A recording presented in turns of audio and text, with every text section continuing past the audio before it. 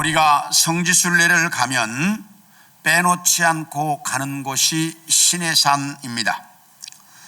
이 신해산은 해발 2285m의 높이로 굉장히 높은 산입니다.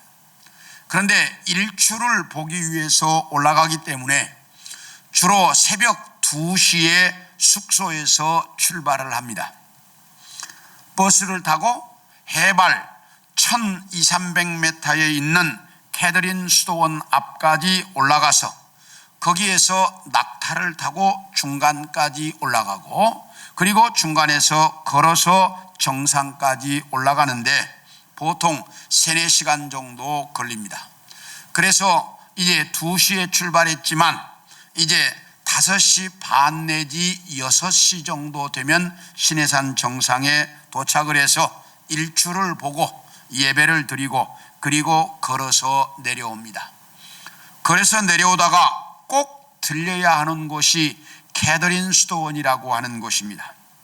이 캐더린 수도원은 기독교를 공인했던 로마의 콘스탄티누스 황제의 어머니였던 헬레나 여사가 AD 330년경에 모세가 보았는데 불은 붙었는데 타지 않던 떨기나무가 있었다고 하는 곳에다가 자그마한 예배당을 지었던 것이 모체가 되어서 557년에 유스티아누스라고 하는 황제가 지금의 수도원으로 개조를 해서 증축을 했습니다.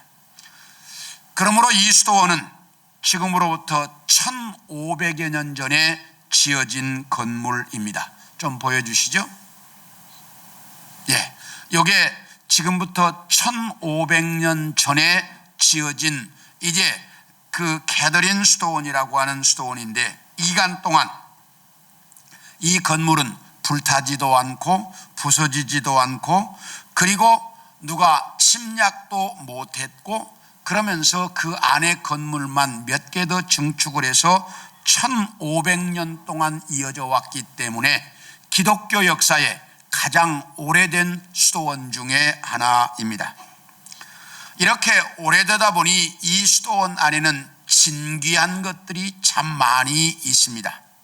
그 중에 첫 번째가 모세가 보았는데 불은 붙었는데 타지 않았다고 알려졌던 떨기나무가 있는데, 이 수도원 안에 가면 떨기나무가 있습니다. 자, 한번 보여주시죠.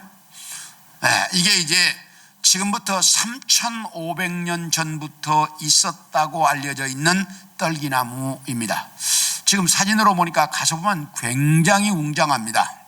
네, 이게 이제 그 떨기나무이고요. 두 번째, 모세가 미디안 제사장의 딸 7을 만나서 자기 부인인 십보라를 만났다고 알려져 있는 우물이 이 안에 있습니다. 자, 이게 이제 그 모세의 우물이라고 알려져 있는 곳. 이제 많이들 이렇게 그 지저분하지 않게 잘 해놨습니다만 이게 그 우물입니다. 그 다음에 들어가는 입구에 세 사람의 사인이 있습니다. 이제 글이 있고 그 밑에 사인이 되어 있는데, 첫째는 마호멧의 사인이 있고, 두 번째는 이제 그 나폴레옹의 사인이 있고, 세 번째는 히틀러의 사인이 있는데, 누구도 이 수도원을 건들지 마라 이렇게 해가지고 나폴레옹이 사인을 하고, 또 다른 히틀러도 그렇게 써서 밑에다 사인을 했고, 마호멧도 수도원을 건들지 마라고 사인을 해놨습니다. 그런데 나폴레옹이나 히틀러는 제가 이제 직접 이렇게 확인을 했는데 보나파르트 나폴레옹이라고 딱 써놨어요. 히틀러도 아돌프 히틀러라고 딱 써 있어. 그런데 좀 보여주시죠. 이게 이제 그 마호멧이 한 사인이에요. 좀 맨 밑에 뭐가 있어요? 손바닥으로 찍었죠. 예. 마호멧은 글씨를 몰랐대요. 글자를 쓸 줄 모르니까 사인을 손바닥으로 찍어서 사인을 했다는 거예요. 그래서 마호멧의 손바닥이 찍힌 것이 있어서 이런 사람들이 이렇게 아무도 이 수도원을 건들지 못하게 했기 때문에 이 수도원이 그렇게 오랫동안 보존되어 올 수가 있었는데, 이 수도원에는 이제 수도사들이 들어가기는 한데 나올 수가 없어. 들어가면 죽을 때까지 못 나와요, 이 수도원에는. 그래서 수많은 수도사들이 들어왔다가 이제 거기서 살다가 거기서 죽는 거예요. 그러면 죽은 사람들 시체를 이제 무덤에 딱 묻었다가 그 뒷동산에 묻는 데가 있어요. 묻었다가 몸이 다 부패할 때가 딱 되면 무덤을 파요. 그래가지고 그 유골을 전부 수거해서, 자 보여주시죠. 그래가지고 해골은 해골대로, 그 다음에 다리뼈는 다리뼈대로, 손뼈는 손뼈대로 다 모아놨어요. 그래서 딱 보면서 제가 무슨 생각이, 야 이게 아골골짜기구나 이런 생각이 들더라고요. 그렇게 해골들 또는 손뼈 다리뼈들이 다 모여 있습니다. 이렇게 이 캐더린 스토어는 참 볼만한 것들이 많이 있는데, 그 중에 오늘 제가 여러분들에게 드리고 싶은 것은 이 스토어 안에는 수많은 성경 사본과 그리고 희귀 성경들이 보존되어 있어서 약 3천여 점의 그 성경 사본과 5천여 권의 희귀 성경들이 이 수도원 안에 소장되어 있다고 합니다. 그런데 1859년 독일의 성경학자였던 진센돌프가 티센돌프라고 하는데, 이 사람이 수도원을 3번씩 찾아와 가지고 내가 연구가 끝나면 돌려주겠다고 하는 각서를 써놓고 이 성경을 빌려갔습니다. 그리고 빌려가서 연구가 끝나고 나면 돌려줘야 되는데 돌려주지 않고 이걸 러시아의 황제에게, 그 당시는 동방정교회의 이제 수호자로 알려져 있는 게 러시아의 황제였거든요. 그러니까 그 동방정교회의 수호자인 러시아의 황제에게 기증해 버립니다. 자 보여주시죠. 이게 이제 그 신해산 사본이라고 하는 사본입니다. 이래가지고 이 티센돌프가 안 돌려주고 러시아의 황제에게 이게 기증해 버렸어요. 그러니까 러시아의 황제가 이걸 가지고 있다가 러시아가 공산화되면서 이걸 영국에다가 10만 파운드에 팔아먹습니다, 러시아가. 그래서 영국은 10만 파운드의 이 신해산 사본을 사가지고 지금은 대형 박물관에 소장이 되어 있습니다. 이걸 이제 원래는 캐더린 스토온에 있어야 되는 건데 이게 대형 박물관에 있는 거야. 그래서 이건 아주 진귀한 것이기 때문에 잘 보여주지 않는데, 제가 대형 박물관을 3번 갔는데 3번 갈 때마다 한 번도 못 봤어요. 왜? 이게 보여주는 날짜가 아니었기 때문에. 날짜에 따라서 딱 개방을 하기도 하고 안 하기도 안 하고 그렇습니다. 이렇게 이 캐더린 스토어에는 진귀한 것들이 많이 있는데, 이 티센돌프가 한번 이렇게 하고 난 이후에 이 캐더린 스토어는 도서관을 절대로 개방하지 않습니다.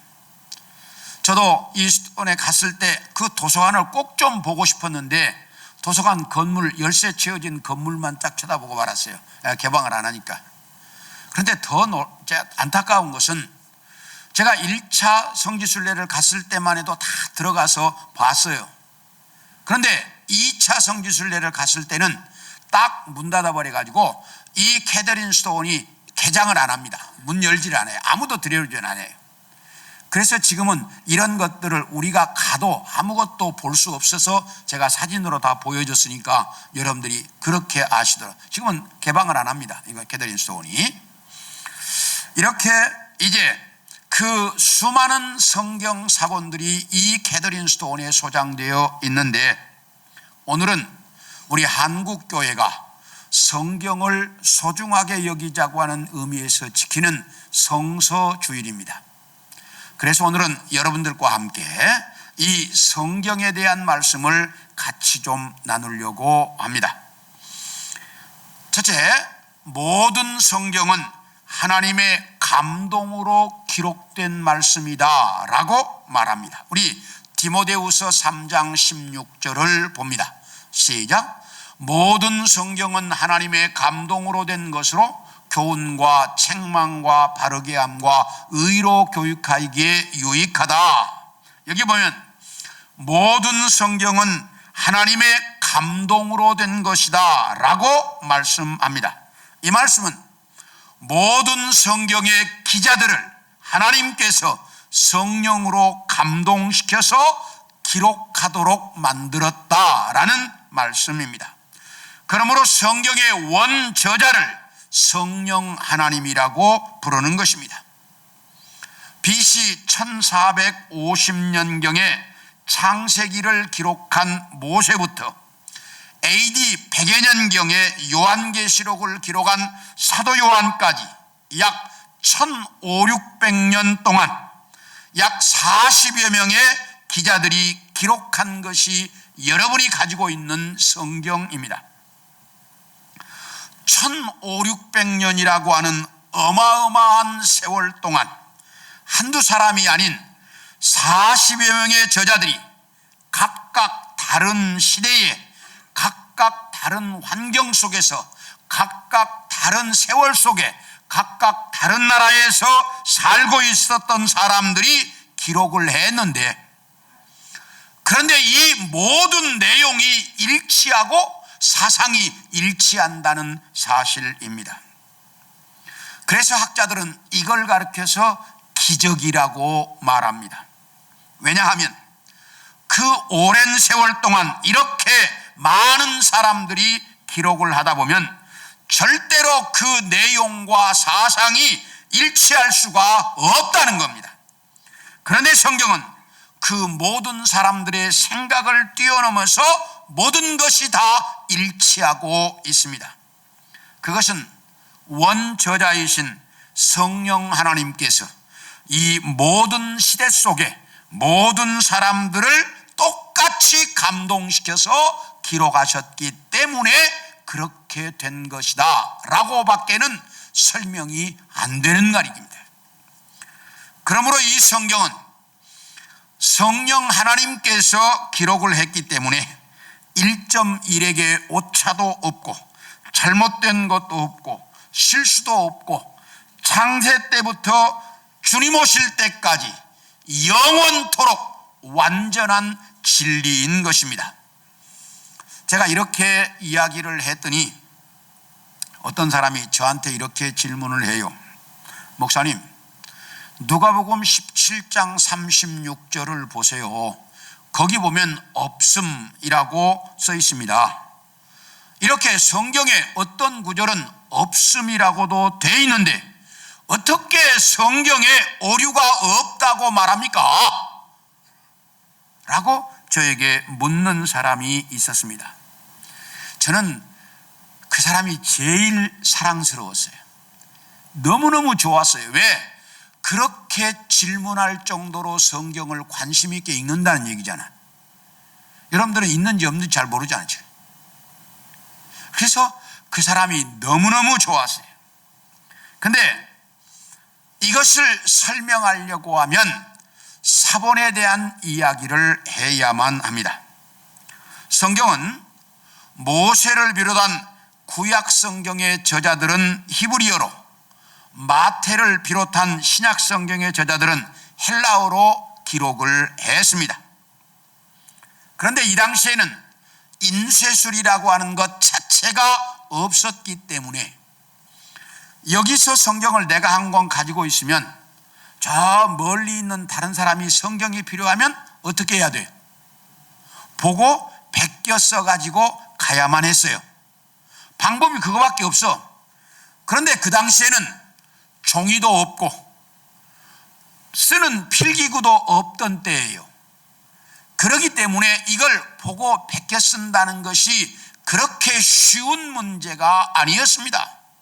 그래서 특별한 사람들만 보고 베껴 쓸 수가 있었습니다. 그런데 BC 1000년경에 보고 베껴 쓴 사람, 그런데 여기서 원본을 보고 베껴 쓴 사람이 이쪽에서 가지고 있어. 이걸 또 다른 사람이 그걸 보고 베껴 써. 그걸 또 보고 베껴 써.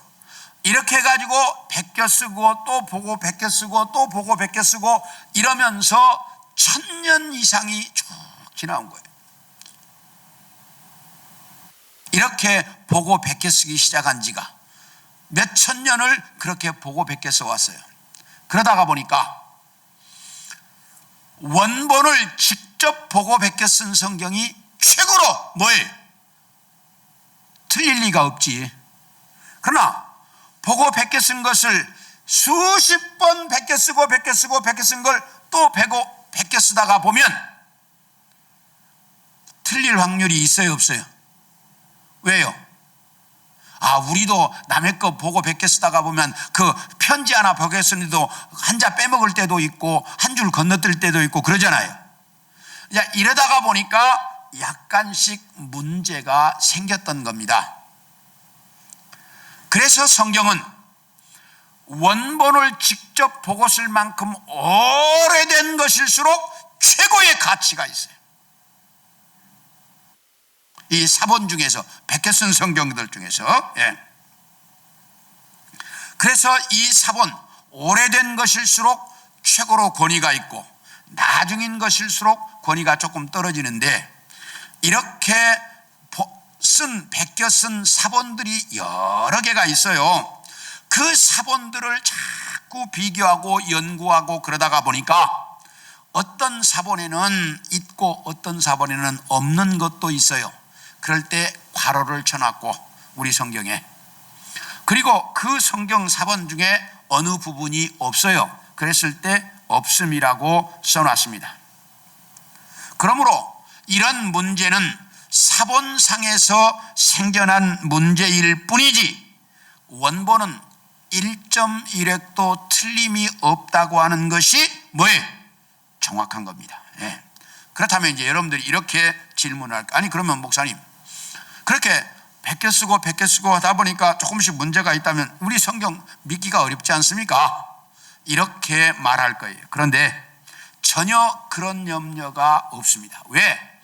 원본에 거의, 이 성경이 거의 원본과 똑같고 그 중에 그 몇 개 이렇게 그 숫자나 이런 것들이 약간씩 차이가 있을 뿐이지 성경이 가르치고 싶어 하는 진리와 원리를 전하는 데는 아무런 문제가 없도록 지금까지 전해져 온 것이 성경입니다.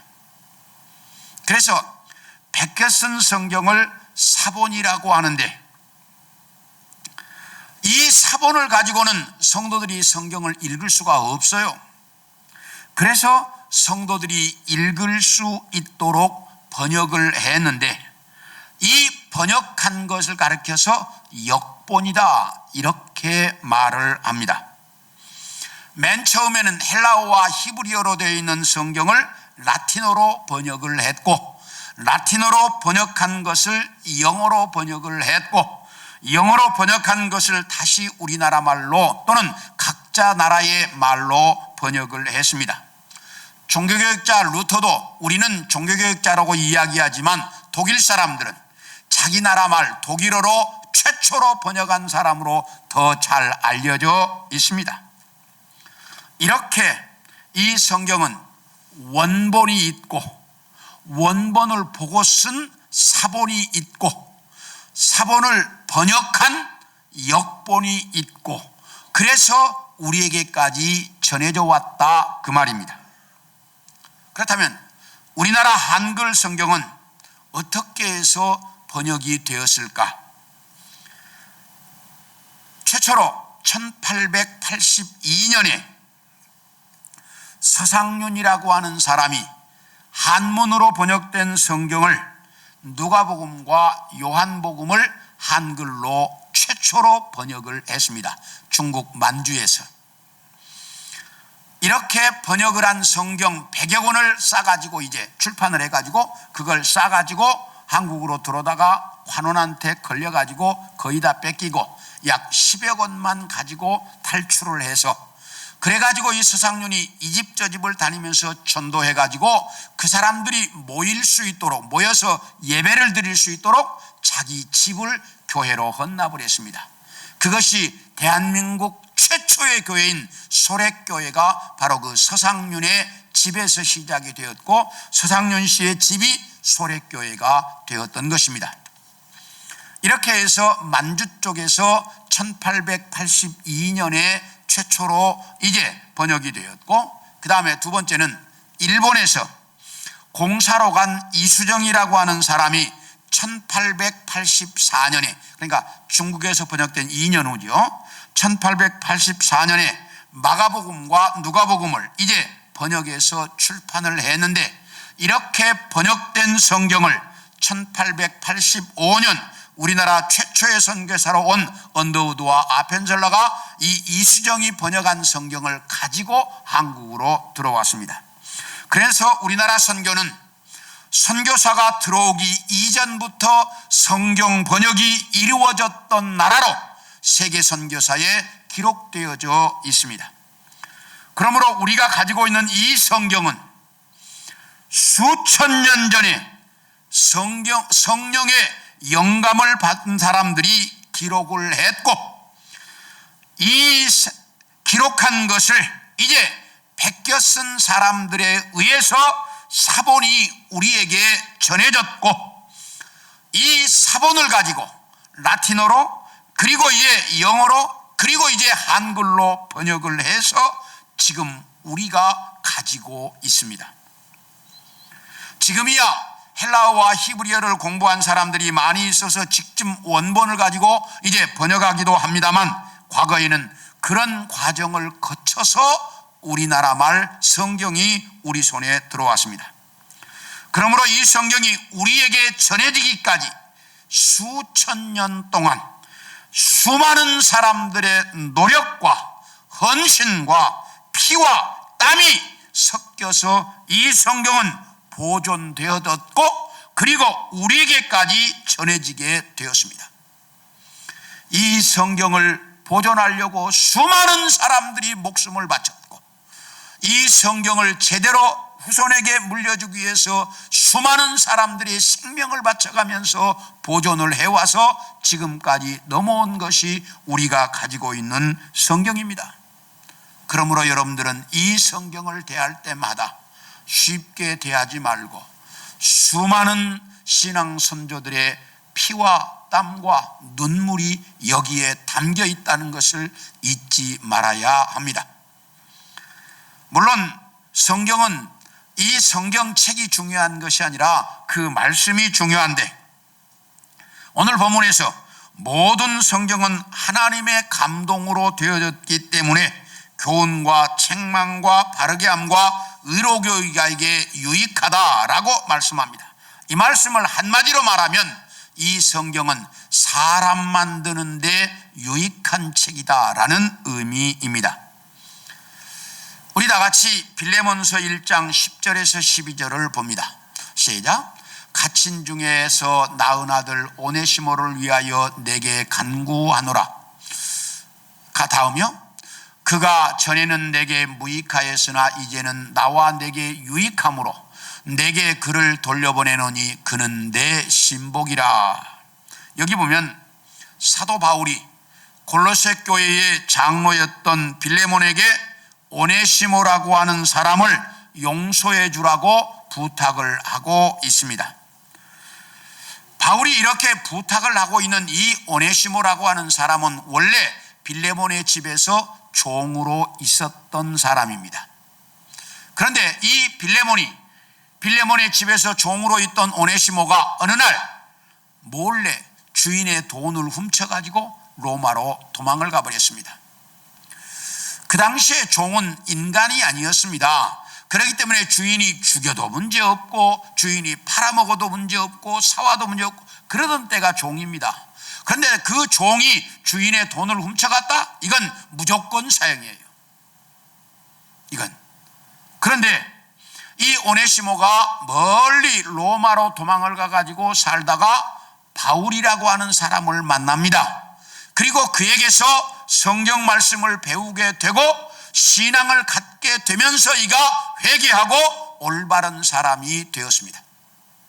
신앙인이 되었습니다. 그러자 바울이 이 오네시모를 빌레몬에게 돌려보내면서 이렇게 말합니다. 빌레몬아, 이 오네시모가 과거에 너에게 무익한 사람이었지만 지금은 너와 나에게 유익한 사람이니 그를 용서해 줘라. 이렇게 바울이 빌레몬에게 부탁을 하고 있습니다. 이걸 보면 주인의 돈을 훔쳐서 도망가는 그런 인간 오네시모가 하나님의 말씀을 대하고 나니까 바울과 빌레몬에게 유익한 사람으로 변했다는 사실입니다. 성 어거스틴, 이 어거스틴은 젊은 시절에 정말로 유명한 탕자였습니다. 그런데 그가 말씀을 듣고 하나님의 사람으로 변해서 기독교 역사의 가장 위대한 성인이 되었습니다. 여러분과 저도 이 말씀으로 말미암아 예수 믿고 하나님의 백성이 되지 않았습니까? 이것은 이 말씀이 성령으로 기록된 말씀이기 때문에 우리의 영혼을 변화시키는 놀라운 능력을 가지고 있기 때문입니다. 이렇게 이 영혼을 변화시키는 놀라운 능력을 가지고 있는 이 말씀이기 때문에 이 말씀을 전해주려고 그렇게 많은 사람들이 피를 흘리고 그렇게 많은 사람들의 수고와 땀에 의해서 우리에게 전해진 것입니다. 그러므로 여러분들은 이 성경을 좀 더 사랑하고 좀 더 가까이 하고 이 성경이 여러분 삶의 지표가 되어질 수 있기를 축원합니다. 둘째로, 성경은 구원에 이르는 지혜가 있게 한다라고 말씀하고 있습니다. 우리 디모데후서 3장 15절을 봅니다. 시작. 또 어려서부터 성경을 알았나니 성경은 능히 너로 하여금 그리스도 예수 안에 있는 믿음으로 말미암아 구원에 이르는 지혜가 있게 하느니라. 여기 보면 성경은 우리로 하여금 예수 믿어 구원받게 하는 지혜를 가르쳐준다라고 말씀합니다. 여러분에게 한번 묻습니다. 자, 저를 보세요. 인간이 이 땅에서 살아가는데 가장 필요한 것이 뭡니까? 돈입니까? 건강입니까? 가족입니까? 성공입니까? 권력입니까? 명예입니까? 뭐가 우리가 살아가는 데 있어서 가장 소중하다는 생각이 듭니까? 제가 말씀드린 이 모든 것들 다 소중하고 다 우리가 살아가는 데 필요한 것들입니다. 그런데 이 모든 것을 다 소유한 사람일지라도 만족하지 못하고 갈급해서 찾아 헤매는 것이 있습니다. 그게 뭘까? 우리 누가복음 18장 18절을 보겠습니다. 시작. 어떤 관리가 물어 이르되 선한 선생님이여 내가 무엇을 하여야 영생을 얻으리이까? 여기 보면 어떤 관리라고 되어 있습니다만 마태복음에 보면 부자 청년이라고 되어 있습니다. 그렇다면 청년의 나이에 부자가 될 만큼 돈도 많이 모았고 관리가 될 만큼 출세도 했습니다. 그렇다면 이 사람은 젊은 나이에 갖고 싶은 것 다 가진 유능한 인재였습니다. 그런데 이 사람도 해결하지 못한 문제가 하나 있었는데 그게 뭐냐? 영생의 문제였습니다. 그래서 그 문제를 해결하고 싶어 예수님을 찾아왔습니다. 우리 누가복음 12장 19, 20절도 보겠습니다. 시작. 또 내가 내 영혼에게 이르되 영혼아 여러 해 쓸 물건을 많이 쌓아두었으니 평안히 쉬고 먹고 마시고 즐거워하자 하리라 하되 하나님은 이르시되 어리석은 자여 오늘 밤에 네 영혼을 도로 찾으리니 그러면 네 준비한 것이 누구의 것이 되겠느냐? 여기 보면 어떤 부자가 사업을 했는데 대박이 났습니다.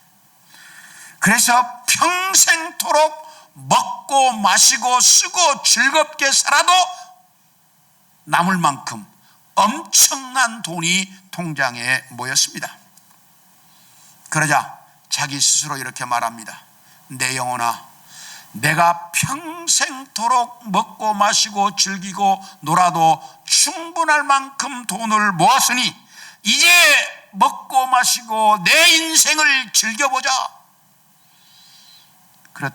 그랬더니 하나님께서 그날 밤에 어리석은 자야, 내가 오늘 밤 네 영혼을 불러가겠다. 그러면 네가 평생토록 써보겠다고 모았던 저 돈 누가 되겠냐? 라고 하나님께서 말씀하시고 있습니다.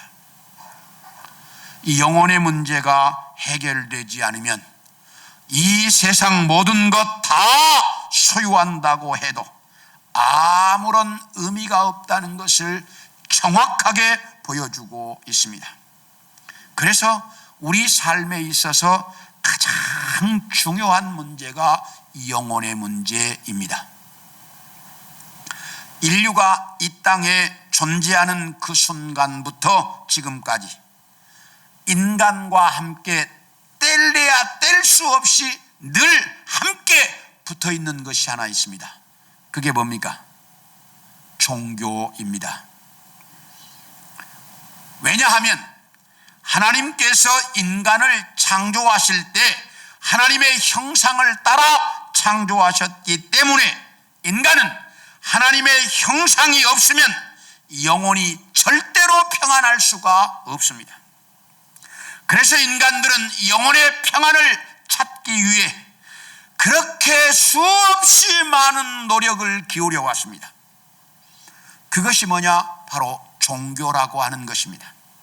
그러므로 불교, 이슬람교, 힌두교, 세상에 있는 모든 종교는 목적이 뭐냐? 하나님의 형상을 찾아서 우리 영혼이 평안을 누릴 수 있도록 만들려고 하는 것입니다. 세상의 모든 종교의 목적이 똑같아요. 왜? 인간을 창조할 때 하나님의 형상을 따라 창조했기 때문에 그 형상을 찾아야만 인간은 영혼이 평안하거든. 그러니까 그걸 찾으려고 세상의 모든 종교가 다 태어난 거예요. 그런데 이 세상 어디에도 그걸 가르쳐주는 곳이 없어요. 그런데 오직 성경에만 우리가 예수를 믿으면 하나님의 형상을 회복해서 구원받아 이 땅에서 진정한 평안을 누릴 수 있다고 가르쳐주고 있다, 그 말입니다. 성경이 왜 이렇게 가치가 있고 왜 이렇게 소중하냐? 바로 우리 인간의 영혼이 하나님의 형상을 회복해서 진정한 평안을 누릴 수 있도록 가르쳐주는 그 소중한 것은 성경밖에 없기 때문이에요. 그래서 이 성경을 전해주려고, 이 성경을 가르치려고, 이 성경을 우리에게 잊혀지지 않도록 하려고 그 많은 사람들이 목숨 바쳐 이 성경을 보존해왔던 것입니다. 그러므로 우리도 이 성경을 정말 잘 사랑하고 가까이 할 수 있어야 되는데 1866년 9월, 그러니까 우리나라에 언더우드 선교사가 들어오기 19년 전에 제너럴 셔먼호를 타고 영국의 토마스 선교사가 한문으로 된 성경을 잔뜩 싣고 이제 대동강을 거슬러 올라가서 평양앞에 만경대까지 도착을 했습니다. 그런데 그 당시 우리나라는 대원군의 쇄국 정책으로 나라의 문을 딱 걸어 잠그고 있었기 때문에 제너럴 셔먼호가 도착은 했는데 절대로 내릴 수 없도록 거기서 이제 하선하는 걸 국가가 허락하지 않았습니다. 그러니까 내려야 되겠다고 하는 제너럴 셔먼호와 내리지 못하게 하는 이제 정부군 사이에 전쟁이 벌어져가지고 싸움이 벌어져가지고 제너럴 셔먼호가 불의를 타게 됩니다. 그래서 불이 붙었습니다. 그러니까 선원들이 다 강으로 뛰어내립니다. 강으로 뛰어내렸다 육지로 올라오면 육지에서 기다리고 있던 한국의 그 군인들이, 병사들이 다 무참하게 사살을 해버렸습니다. 그래서 제너럴 셔먼호를 타고 온 사람들이 다 죽어요. 그런데 이 토마스 목사가 성경을 가지고 왔는데 셔먼호가 불이 타면서 이 성경이 불이 타는 거예요. 그러니까 불타지 못하게 하려고 자기 힘껏 집어던졌다고 그래요. 그런데 집어던져봤자 강을 건너서 육지까지 못 가는 거예요. 다 강에 빠졌어요. 그러니까 이것을 보고 있던 이제 토마스 목사가 마지막 성경을 한 권 가슴에 끼고 강으로 뛰어내려요. 그래가지고 강에서 이제 육지로 올라와요. 그러니까 한 병사가 칼을 들고 죽이러 쫓아옵니다. 자기에게 죽이러 쫓아오는 그 병사에게 이 가슴에 품고 있던 성경을 그에게 전해줍니다. 그리고 그 사람에 의해서 이제 그 도마스 목사는 27살의 나이에 그 대동강변에서 순교합니다. 그런데 그때 이 토마스 목사를 이렇게 그 순교하게 만들었던 사람이 박춘권이라고 하는 사람입니다. 이 박춘권이라는 사람이 나중에 이제 그 기록으로 남긴 건데, 아니 도대체 이게 뭔데, 이 책이 뭔데 그렇게 죽어가면서까지 자기에게 전해주려고 그렇게 자기에게 이 책을 주었을까? 죽어가는 사람이 주는 책이라 안 받을 수가 없어 자기가 받았다는 거예요. 두 번째, 아니 도대체 그 사람은 어떤 사람인데 사람이 칼을 들고 죽이려고 하는데 웃고 있었을까? 이 박춘권이라는 사람이 이 두 가지 문제가 너무 진기해서 이 한문으로 된 성경을 읽기 시작했다는 거예요. 그리고 읽다가 1899년에 그는 세례를 받았고 평양교회의 장로가 되어서 이제 그 섬기다가 그는 갔습니다. 이렇게 수많은 사람들이 목숨을 걸고 이 성경을 전하고 이 말씀에 생명을 거는 것은 이 성경이 우리 영혼을 구원해 주는 길이요 진리요 생명이 담겨 있기 때문입니다. 그것 때문에 이렇게 수많은 사람들이 목숨을 바쳐가며 그렇게 칼 앞에 죽어가면서도 이걸 전하려고 그렇게 노력을 했던 거예요. 그러므로 우리도 이 성경을 읽고 사랑하며 가까이 하고 이 성경을 그 선조들이 전해왔던 것처럼 전할 수 있는 우리 성도들 모두가 되어질 수 있기를 소원합니다. 마지막으로 이 성경은 내 안에 생수의 강이 흘러나오게 한다라고 말씀하고 있습니다. 우리 요한복음 7장 38절을 보겠습니다. 시작.